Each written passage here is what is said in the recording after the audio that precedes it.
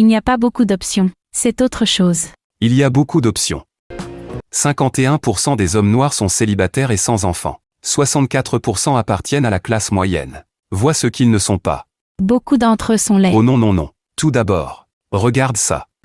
Parce que si tu commences cette merde, je vais devenir vraiment brutal avec toi. Mais ils sont. Je suis vraiment cru avec toi. Vérifie cette merde. Parce que je n'ai fait aucune présomption sur l'apparence, ou quoi que ce soit avec vous. Donc je ne vais pas te laisser insulter les hommes.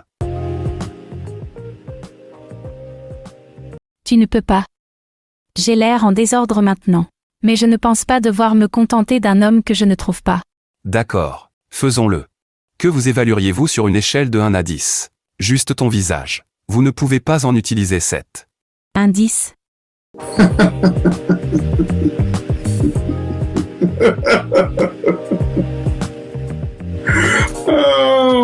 Oh pauvre bébé. Maintenant, essayons à nouveau. Donc je ne Tu n'es suis pas pas la un plus belle indice. femme du monde. Cosmopolitan n'essaie pas de vous faire figurer en couverture. Les gens ne vous considèrent pas comme l'une des plus belles femmes du monde. La première chose qui est sortie de ta bouche, tu as dit que tu étais un 10. Et tu n'es pas un 10. Mon visage n'est pas un 10. Je ne suis pas maquillée et je ne suis pas coiffée. Et ce sont tous de vrais cheveux. Je pense D'accord. que je suis définitivement un 10. Cool, je parie que oui. Alors, à quand remonte la dernière fois que vous avez effectué une modélisation de piste ou une modélisation d'impression? Je n'ai jamais été impliquée dans cela. Pourquoi pas c'est ce que font les dizaines? Pas toutes les dizaines. Oh yeah. Oh ouais, pas toutes les dizaines. Mais tu sais quoi? Tu vis à New York. Droite. Droite. Vois quand tu es à 10 heures. Les gens te découvrent à la banque, à la bodega, à la salle de sport. C'est arrivé quand j'étais plus jeune. Ok, Mon nous père. allons continuer à avancer. Tu n'es pas un 10. Et beaucoup d'entre vous, mesdames, dites cette merde. Parce que, Vous avez dit que je ne suis pas un vous 10. n'êtes pas, tu n'es pas un 10. Comment me qualifieriez-vous? Mon visage. Non non. Vous n'êtes pas parce que vous vous situez au même niveau que Rihanna et Albari quand elle était jeune. C'est ce que vous évaluez vous-même. Que vous donneriez-vous sur une échelle de 1 à 10? Visage frais à la sortie de la douche. Vos cheveux naturels. Vous ne pouvez pas en utiliser 7. Un jour normal. Je dis peut-être un 6. D'accord. Je vais vous donner un 6. Et un 6, c'est mignon. Un 5 est moyen. Donc si vous êtes une femme mignonne, c'est un cran au-dessus de la moyenne. D'accord. Moyen moyen. Moyenne. Regardez votre histoire familiale et la plupart des gens sont dans la moyenne. Juste en haut de la courbe en cloche. Mais si vous prenez une femme mignonne, qui est en surpoids, est-ce que cela ajuste sa valeur à la hausse ou à la baisse? Vers le bas. Merci. Donc ça fait sa moyenne. Comme ces deux nombres. Ils font en quelque sorte la moyenne. Tu serais une femme moyenne. Et en moyenne. À propos d'une femme moyenne dans ce pays. Une femme noire moyenne. L'homme noir moyen dans ce pays gagne 41 500 $. Pour toute la vie. Ni plus ni moins. Pas de méthodes herculéennes. Pas de loterie. Pas d'entreprise. C'est ce qu'il va faire. C'est ton mari. Mais que se passe-t-il si j'ai des diplômes? Merci. Voir. Voir. Je veux que vous compreniez qu'elle vient de me le demander et je lui ai dit.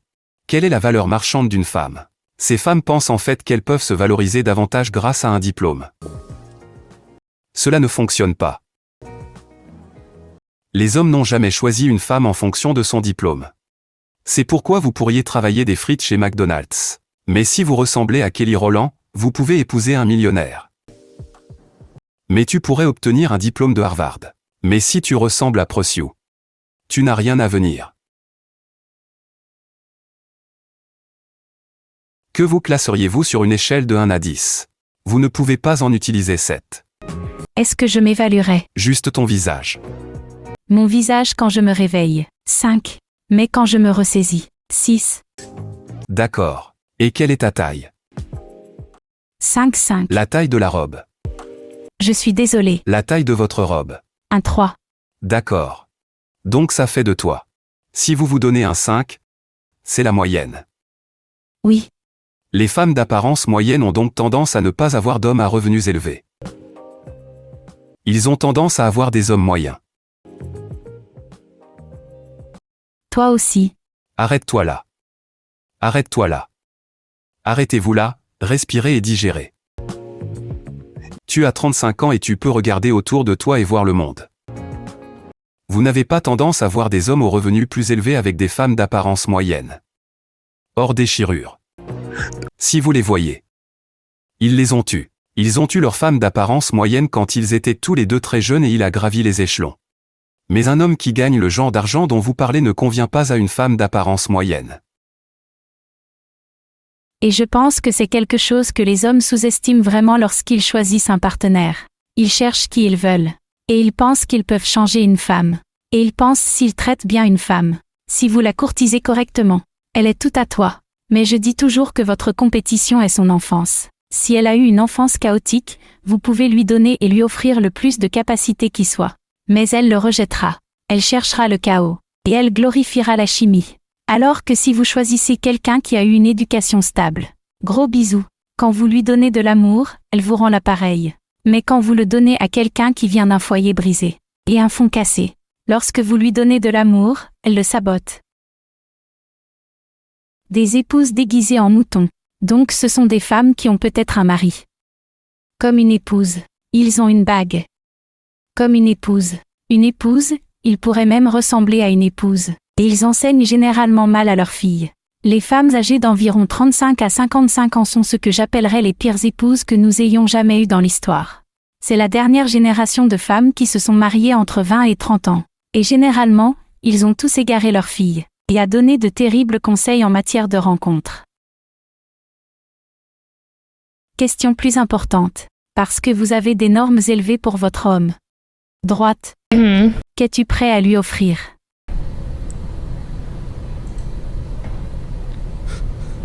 Eh bien, moi-même. Comme bien. Qu'en penses-tu que toi? D'accord. Son silence en dit long. Ce n'est pas seulement le silence non plus. C'est quand elle répond à la question. C'est le double clignement des yeux et le tremblement de la tête. Comme bien. Moi. Je vous garantis que pour cette femme ici, c'est la première fois de sa vie qu'elle y pense. Qu'aurais-je à offrir à un homme? Et c'est pourquoi elle est complètement sans voix. Elle ne sait pas quoi dire. C'est comme si la question lui avait brisé le cerveau. Et c'est comme un message d'erreur dans son cerveau. Elle ne comprend pas, ne calcule pas. Elle est comme: je suis une femme. Je suis parfait. Quelle est la question? Que veux-tu dire? Je rigole. Mais en vérité, la psychologie derrière tout cela est assez sombre. C'est ce qu'il révèle. Les femmes, elles se croient ici haut, par défaut, comme de facto. Comme si j'étais une femme. Je suis génial. Mais pour un homme, il doit gagner son chemin pour devenir son égal. Être digne d'elle. Il doit être ça. Il doit faire ça. Il doit agir de cette manière. Et alors seulement il est digne de subir la même peine que vous connaissez en tant que femme.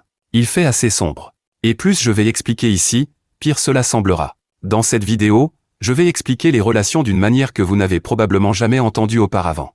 Mais une fois qu'on l'a compris, vous allez voir pourquoi elle a gardé un silence complet lorsqu'on lui a posé cette question. Et tout d'abord, ne pensez pas un instant que cette femme est rare ou une sorte d'exception. Ce silence où tu l'as vu sans voix. C'est ce avec quoi la plupart des femmes vont répondre. Ce silence est en fait profondément révélateur de l'ampleur du sexisme qui existe dans notre culture à l'égard des hommes. Et peut-être pire que ça. Le pire dans l'existence de ce sexisme est à quel point les femmes sont inconscientes de leur propre sexisme. Qu'est-ce que je veux dire par là? Commençons par les bases. Laissez-moi vous dire quelque chose que personne ne vous a peut-être jamais dit auparavant. C'est-à-dire que l'amour romantique est transactionnel. Toute personne qui s'attend à ce que son partenaire l'aime inconditionnellement, les aimer quoi qu'il arrive. C'est ce qu'ils ressentent parce qu'ils n'étaient pas vraiment aimés par leurs propres parents. Ils ont un besoin émotionnel figé. Et ainsi ils transforment leur partenaire en parent de substitution. Puis essayer de résoudre leurs problèmes d'enfance en faisant honte à leur partenaire de ne pas les aimer inconditionnellement. C'est ce que j'appelle les femmes qui ont des problèmes avec leur père. Et ce qu'ils s'apprêtent à dire. Il a raison à 100%. J'ai vécu cela avec quelques-unes de mes ex-petites amies. Ce à quoi vous faites face aujourd'hui. Cela a toujours été ainsi et cela sera toujours le cas. J'ai 60 ans. Et oui, c'est exactement aussi foireux que ça en a l'air. Transformez votre partenaire amoureux en parent de substitution. C'est incroyablement toxique. C'est codépendant. Et avec le temps, cela deviendra inévitablement abusif. Parce qu'à un niveau de base, il s'agit d'essayer de juger un poisson par sa capacité à grimper à un arbre. L'amour d'une relation amoureuse n'a jamais été censé être le même genre d'amour que celui que l'on voit dans une relation parent-enfant. Une bonne mère aime son enfant de manière inconditionnelle, du moins pour les premières années. Et il est bien établi que les enfants en ont besoin, qui répond à un besoin de développement qu'ils ont. Mais à mesure qu'ils vieillissent, ils mûrissent, ils grandissent, ils avancent. Les adultes élevés par des parents sains et bien adaptés n'ont pas soif d'amour inconditionnel dans leurs relations amoureuses. Parce qu'ils comprennent que c'était un besoin qu'ils avaient quand ils étaient petits. Ils n'en ont pas besoin en tant qu'adultes. Ils comprennent que l'amour romantique est différent en substance. Parce que l'amour romantique est de nature transactionnelle. Ça doit être le cas. Parce que l'amour romantique est volontaire. Personne ne vous oblige à devenir le petit ami ou la petite amie de quelqu'un. Et cela n'a aucun sens de passer volontairement votre vie avec quelqu'un à moins d'en recevoir égoïstement un avantage. Les hommes et les femmes qui entretiennent des relations amoureuses font du commerce entre eux. J'apporterai cela à la relation si vous apportez cela à la relation. J'ai besoin que tu en apportes un peu plus. Mais si vous le faites, je suis prêt à en apporter un peu plus. Et si nous pensons tous les deux que nous faisons une bonne affaire, nous poursuivrons notre relation. Et cela servira nos deux intérêts. Je ne voulais pas que cette vidéo soit trop longue. Je vais donc terminer ici, et dans 3 à 4 jours, je publierai la deuxième partie.